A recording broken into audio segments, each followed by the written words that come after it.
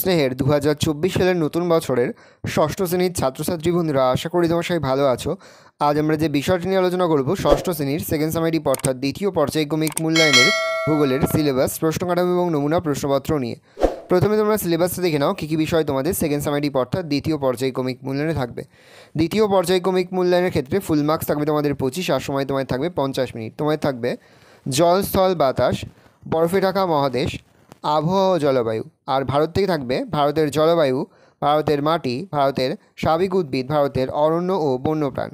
ভারত তোমরা সিলেবাসটা দেখে নাও। জল, স্থল, বাতাস থেকে থাকবে মোট 6 নম্বর, বরফে ঢাকা মহাদেশ থেকে থাকবে 4 নম্বর, আবহাওয়া ও জলবায়ু থেকে থাকবে 3 নম্বর, ভারতের জলবায়ু থেকে থাকবে 5 নম্বর, ভারতের মাটি থেকে থাকবে 3 নম্বর, ভারতের স্বাভাবিক উদ্ভিদ থেকে থাকবে 2 নম্বর, ভারতের অরণ্য ও বন্যপ্রাণ থেকে থাকবে 2 নম্বর। ভারত তোমরা সিলেবাসটা দেখে নাও। এবার আমরা নমুনা প্রশ্নপত্রটা দেখে নেব। কিন্তু আমরা ষষ্ঠ শ্রেণীর সেকেন্ড সামারি অর্থাৎ দ্বিতীয় পর্যায়ক্রমিক মূল্যায়নের ভূগোলের কোশ্চেনটা দেখতে পাচ্ছ। ফুল মার্কস তোমাদের রয়েছে 25, আর সময় তোমাদের রয়েছে 50 মিনিট। একে দাগে রয়েছে সঠিক উত্তরটি নির্বাচন করো, যে কোনো 6টি প্রতিটি প্রশ্নে মান 1 করে 1 × 6 = 6। এখানে বেশ কয়েকটি প্রশ্ন তোমাদের দেওয়া রয়েছে, তার মধ্যে থেকে যে কোনো 6টি প্রশ্ন তোমাদের উত্তর করতে হবে। প্রথম, পৃথিবীর বৃহত্তম নদী হলো নীল নদ, সেন্ট লরেন্স, আমাজন না গঙ্গা? উত্তর হবে আমাজন। প্রশ্ন, আন্টার্কটিকার সর্বোচ্চ শৃঙ্গ হলো Mount Erebus, Vinson Massif, Mount Abu, Mount Everest? উত্তর হবে ভিনসন ম্যাসিভ। পরের প্রশ্ন, বায়ুর গতি নির্ণয়কারী যন্ত্র ব্যারোমিটার, থার্মোমিটার, বাত পতাকা না অ্যানিমোমিটার? উত্তর হবে অ্যানিমোমিটার। পরের প্রশ্ন, ভারতের সর্বাধিক বৃষ্টিপাতযুক্ত উপকূল মালাবার, কোঙ্কণ, করমণ্ডল না আরব সাগর? উত্তর হবে মালাবার। প্রশ্ন, লাল মাটিতে বেশি পরিমাণে থাকে অ্যালুমিনিয়াম, সিলিকা, লোহা না সীসা? উত্তর হবে লোহা। পরের প্রশ্ন, ভারতে প্রায় স্বাভাবিক উদ্ভিদের সংখ্যা 4000, 5000, 6000 না 2000? উত্তর হবে 5000। পরের প্রশ্ন, ম্যালেরিয়া রোগের ওষুধ কুইনাইন তৈরি হয় বাসক থেকে, সিংকোনা থেকে, কালমেঘ থেকে না তুলসী থেকে? উত্তর হবে সিংকোনা থেকে। পরের প্রশ্ন, ভারতে অরণ্য সংরক্ষণ আইন চালু হয় 1960 খ্রিস্টাব্দে, 1980 খ্রিস্টাব্দে, 1972 খ্রিস্টাব্দে, 1940 খ্রিস্টাব্দে? উত্তর হবে 1980 খ্রিস্টাব্দে। দুয়ে থেকে রয়েছে একটি বাক্য উত্তর দেয়, যে কোনো দুটি প্রতিটি প্রশ্নের মান 1 করে 1 × 2 = 2। প্রথম, বায়ুমণ্ডলের কোন স্তরে জেট বিমান যাতায়াত করে? উত্তর হবে ট্রোপোস্ফিয়ার। প্রশ্ন, আন্টার্কটিকার একমাত্র বাসিন্দা কোন পাখি? উত্তর হবে পেঙ্গুইন। পরের প্রশ্ন, অত্যাধিক শুষ্ক উষ্ণ বায়ু কী নামে পরিচিত? উত্তর হবে লু। পরের প্রশ্ন, ভারতের কোন রাজ্যে প্রচুর বৃষ্টি হয়? উত্তর হবে মেঘালয়। প্রশ্ন, বিশ্ব অরণ্য দিবস কবে পালিত হয়? উত্তর লিখবে 21শে মার্চ। পরের প্রশ্ন রয়েছে 3 দাগে শূন্যস্থান পূরণ করো, যে কোনো দুটি প্রতিটি প্রশ্নের মান 1 করে 1 × 2 = 2। প্রথম, বিশ্ব পরিবেশ দিবস পালিত হয় ড্যাশ? উত্তর লিখবে 5ই জুন। পরের প্রশ্ন, বৃষ্টিপাত পরিমাপক যন্ত্রের নাম ড্যাশ? উত্তর হবে রেন গজ। পরের প্রশ্ন, পশ্চিমবঙ্গের ধূলিঝড়কে ড্যাশ বলে? উত্তর হবে আঁধি। পৃথিবীর প্রথম জাতীয় উদ্যান ড্যাশ? এখানে প্রিন্টিং মিস্টেক আছে। পৃথিবীর প্রথম জাতীয় উদ্যান ড্যাশ? উত্তর হবে ইয়েলোস্টোন ন্যাশনাল পার্ক। পরের প্রশ্ন, ভারতে মোট ড্যাশটি জাতীয় উদ্যান আছে? উত্তর হবে 75টি। তাহলে ভারতে মোট 75টি জাতীয় উদ্যান আছে। 4 দাগে লিখিত প্রশ্নগুলির উত্তর দাও, যে কোনো দুটি প্রতিটি প্রশ্নের মান 2 করে 2 × 2 = 4। প্রথম, ট্রোপোস্ফিয়ারের অপর নাম ক্ষুব্ধমণ্ডল কেন? উত্তর লিখবে বায়ুমণ্ডলের সবচেয়ে নিচের স্তরটি হলো ট্রোপোস্ফিয়ার। এই স্তরে মেঘ, ঝড়, বৃষ্টি, তুষারপাত, কুয়াশা প্রভৃতি সব রকমের দুর্যোগ দেখা যায় বলে এই স্তর স্বাভাবিকভাবে অশান্ত প্রকৃতির হয়। এই জন্য ট্রোপোস্ফিয়ারের অপর নাম ক্ষুব্ধমণ্ডল। উল্লেখ্য, সমগ্র স্তরটি নিরক্ষীয় অঞ্চলে 18 কিমি এবং অঞ্চলে 8 থেকে 9 কিমি উচ্চতা পর্যন্ত বিস্তৃত। পরে হচ্ছে অ্যালবেডো কাকে বলে? আগত সৌরকিরণের 49% ভূপৃষ্ঠকে উত্তপ্ত করতে এটা পারে না হবে। এর 35% মেঘের গায়ে সূর্যকিরণ ধূলিকণা মেঘের গায়ে ধাক্কা খেয়ে মহাশূন্যে ফিরে যায়। এই ফিরে যাওয়া সূর্যকিরণকে অ্যালবেডো বলে। পরে হচ্ছে পশ্চিমী ঝঞ্ঝা বলতে কী বোঝো? উত্তর লিখবে শীতকালে ভারতে স্থলভাগের ওপর দিয়ে শীতল শুষ্ক উত্তর পূর্ব মৌসুমী বায়ু প্রবাহিত হয়।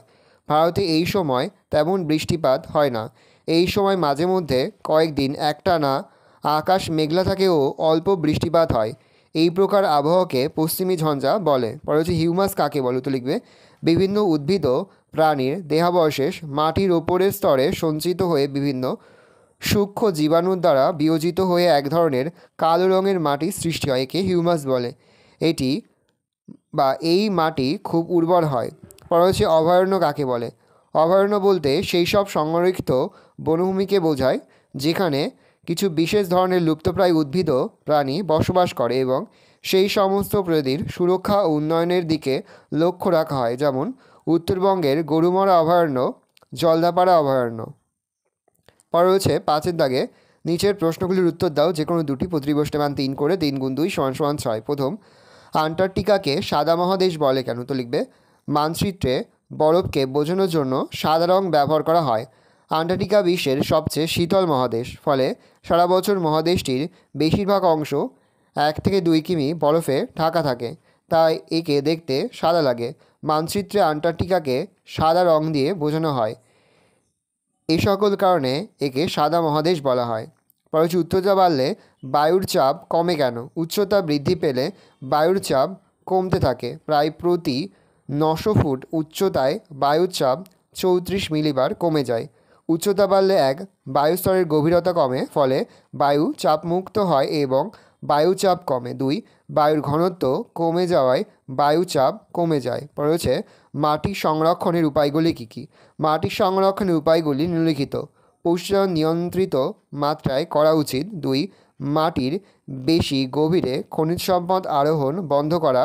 3, গাছ কাটা বন্ধ করা উচিত। 4, বৃক্ষরোপণ করা। 5, ঢালযুক্ত অঞ্চলে ঘরবাড়ি নির্মাণ বন্ধ করা।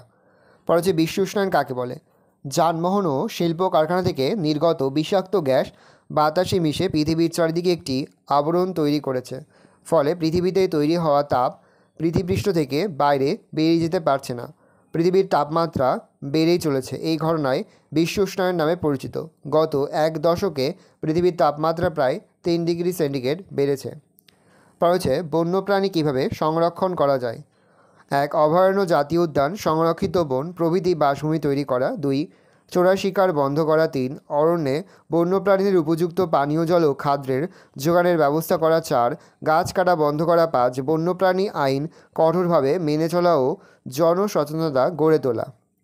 6 দাগে রয়েছে নিচের প্রশ্নগুলির উত্তর দাও, যে কোনো একটি প্রশ্নের মান 5। প্রথম, চিত্রসহ শৈলক্ষে বৃষ্টিপাত আলোচনা করো। বায়ু জলভাগের ওপর দিয়ে প্রবাহিত হওয়ার সময় প্রচুর পরিমাণে জলীয় বাষ্প সংগ্রহ করে। এই জলীয় বাষ্পপূর্ণ বায়ু প্রবাহের গতিপথে কোনো পাহাড় আড়াআড়িভাবে অবস্থান করলে ওই বায়ু পর্বতের গা বেয়ে ওপরে উঠে যায় এবং সেখানে শীতল ও ঘনীভূত হয়ে পর্বতের প্রতিভা ঢালে যে বৃষ্টিপাত ঘটায় তাকে শৈলক্ষেপ বৃষ্টিপাত বলে। শৈল মানে পাহাড়। ওই বায়ু যখন পর্বত অতিক্রম করে বিপরীত দিকে অর্থাৎ অনুবাদ ঢালে পৌঁছায়, তখন তাতে জলীয় বাষ্প কমে যাওয়ার জন্য বৃষ্টিপাত বিশেষ হয় না। এইরূপ স্বল্প বা বৃষ্টিহীন অঞ্চলকে বৃষ্টিছায়া অঞ্চল বলে। ভারতের হিমালয় পার্বত্য অঞ্চল ও সংলগ্ন অংশে শৈলক্ষেপ বৃষ্টিপাত হয়।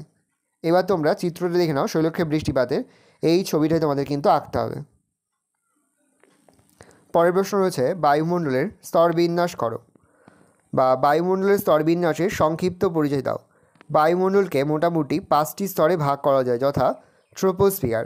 বায়ুমণ্ডলের সবচেয়ে নিচের স্তরটি হলো ট্রোপোস্ফিয়ার। ভূপৃষ্ঠ থেকে প্রায় 18 কিমি পর্যন্ত এই স্তরটি বিস্তৃত আছে। এই স্তরে ধূলিকণা জলকণা থাকে বলে মেঘ, ঝড়, বৃষ্টি প্রভৃতি হয়।